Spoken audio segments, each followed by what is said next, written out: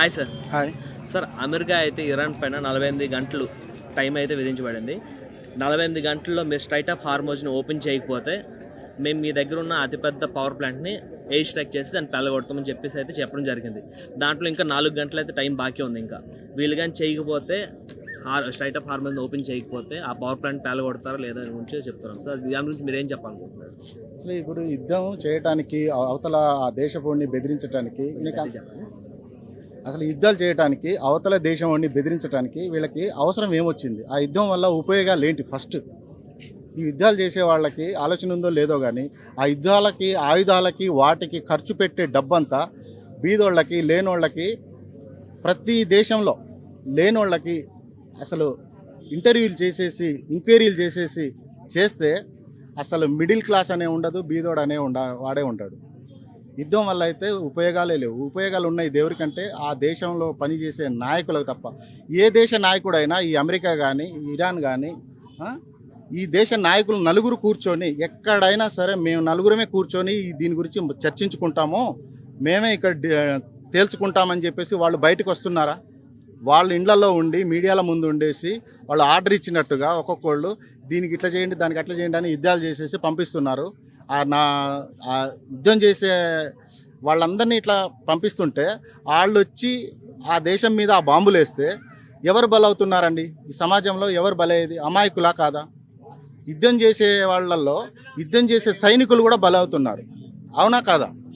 నేను అడిగేది ఒకటే, ఈ దేశ నాయకులు 4 దేశాల వాళ్ళు కొట్టుకుంటున్నారు కదా, ఈ 4 దేశ నాయకుల్ని ఒకచోట కూర్చోబెట్టి అక్కడ బాంబులు పెట్టి రివాల్వర్లు పెట్టేసి వాళ్ళు ముచ్చడి పెట్టుకొని ఎవరినో ఒకరిని కొట్టుకొని చంపుకోమని చెప్పరాదండి?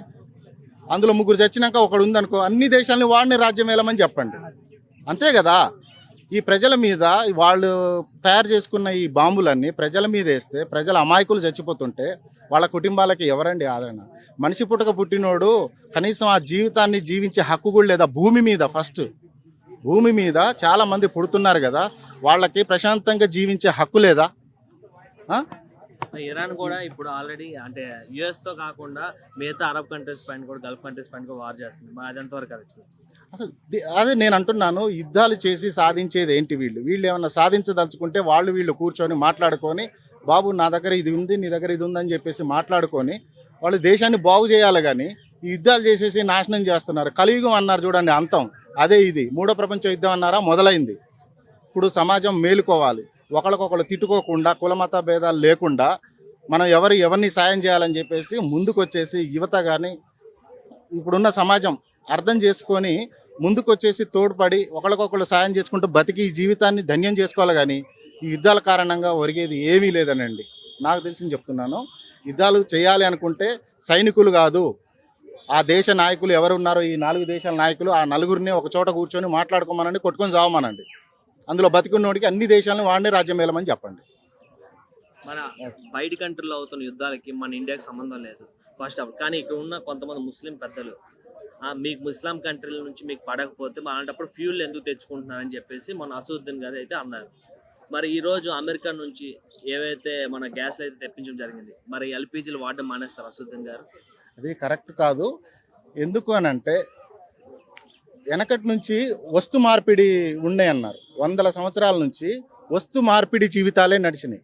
వ్యాపారాలు ఎట్లా అంటే ఒకళ్ళ దగ్గర ఒక పంట ఉంటే, ఒకళ్ళ దగ్గర ఒక పంట ఉంటే ఆ పంటకు మార్చుకొని జీవితాలు గడుపుతూ 100 ఏళ్ళు చక్కగా బతికారు. ఇప్పుడు ఇక్కడ కూడా ఏం జరుగుతుంది? ఒక దేశంలో ఆయిల్ దొరుకుతుంది, ఒక దేశంలో గ్యాస్ దొరుకుతుంది.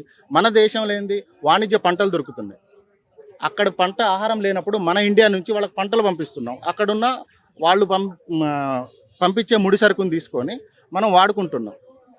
అలా ఉండాలి. కానీ ఇది ఇట్లా యుద్ధాలు చేసుకొని వీటిని బంద్ చేసుకోవడం వల్ల మన ఇండియాకి కొంచెం ఏంటంటే ఆదాయం తగ్గుద్ది. ఫస్ట్ ఖర్చులు పెరుగుతాయి, ఆదాయం అయితే తగ్గుద్ది. ఎందుకంటే వ్యాపారం చేసేదే ఇండియా. మనకు వ్యవసాయ రంగంలో కానీ ఆర్థికంగా మనకు ఇండియా చాలా ముందుంది.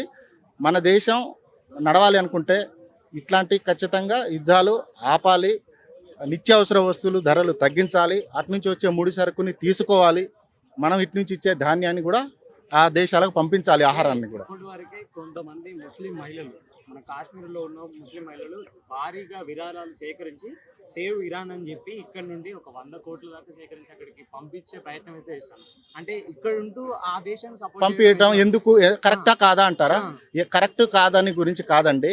ఏ దేశం అయినా సరే ఒక దేశం ఆగమైపోతుందంటే ఏరే దేశం వాళ్ళు ఎవరు చూసుకుంటూ ఉండలేరండి. మన ఇండియానే కాదు, మన ఇండియా నుంచి కూడా చూడండి ఎన్ని దేశాల వాళ్ళకి మనం విరాళాలు ఇవ్వలేదు. మీరు ఆలోచించండి, చరిత్రతో అండి ఆలోచించండి. అంటే యుఎస్ అక్కడ ఉన్న ప్రజలకు కాకుండా కంట్రీ ఆర్మీ పైన అయితే దాడులు చేస్తుంది.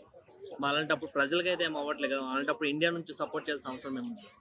అక్కడ ఇప్పుడు వాళ్ళు యుద్ధాలు చేస్తున్నారు అని అంటే ఆ దేశానికి సపోర్ట్ ఇండియా నుంచి ఎందుకు చేయాలి అని కాదు. ఇక్కడ ఏంటంటే మనకు ప్రతి దేశంతో పని ఉంటుంది, అటు నుంచి వచ్చేది మనకు అవసరం కాబట్టి ఒకరికొకరు సాయం చేసుకుంటూ పోవాలి, కానీ యుద్ధాలు మాత్రం మానేయాలని చెప్పేసి నా ఉద్దేశం. అంటే ఇప్పుడు ఇరాన్ కాబట్టి అది ఒక ఇస్లామిక్ కంట్రీ కాబట్టి ఇండియా నుంచి ముస్లిం సపోర్ట్ చేస్తారని చెప్పి అలా చూడాలా, లేదంటే మొన్న అయిన ఏదైతే బంగ్లాదేశ్లో హిందువులు చంపారో అప్పుడు ఎందుకు సపోర్ట్ చేయాలని చెప్పి చూడాలి? ఈ హిందూ ముస్లిం అనేది ఏంటంటే ఈ కులమత భేదాలన్నీ ఈ కులాలన్నీ మనం ఏర్పాటు చేసుకునేవి. దీంట్లో కావాలని చెప్పేసి కులమత భేదాలని అంటగట్టుకొని ఈ తెలిసి తెలియని వాళ్ళు రకరకాలుగా వైరల్ చేసుకొని ఇది చేసుకుంటున్నారు. కానీ ఇండియాలో ప్రేమాభిమానాలు కులమత భేదాలు ఏమీ లేవు. అసలు అందరూ ప్రేమగా కలిసి ఉండేదే ఇండియా. వేరే దేశాల్లో ఇలా కలిసి ఉండరు. వేరే దేశాల్లో కులమతాలకి అతీతంగానే బతుకుతారు, కానీ మన ఇండియా మాత్రం కులమతాలకు అతీతంగా ప్రేమగా ఉండేది మన ఇండియా. కానీ కొంతమంది చేసే దాని వల్ల అందరిపైన ఎఫెక్ట్ పడే అవకాశాలు ఉన్నాయి కానీ ఖచ్చితంగా ఉంటుంది కదా. ఇప్పుడు ఎవరెవరో చేసే ఈ చిల్లర మాటలు కానీ ఏదైనా చేస్తూ ఉంటే అది అందరి మీద ఎఫెక్ట్ పడతా ఉంటుంది.